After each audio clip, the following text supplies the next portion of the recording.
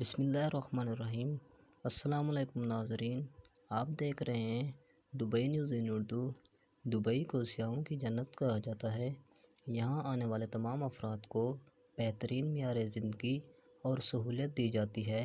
اسی وجہ سے دنیا بھر سے یہاں 1 کروڑ سے زائد لوگ روزگار، کاروباری مصروفیات اور سیاحوں کی غرض سے آتے ہیں۔ دبئی ایئرپورٹ دنیا کے مصروف ترین ایئرپورٹ میں سے ایک ہے۔ اسی وجہ سے دبئی حکومت نے مسافروں کا وقت بچانے کے لیے ایک سہولیات متعارف کرا دی ہے۔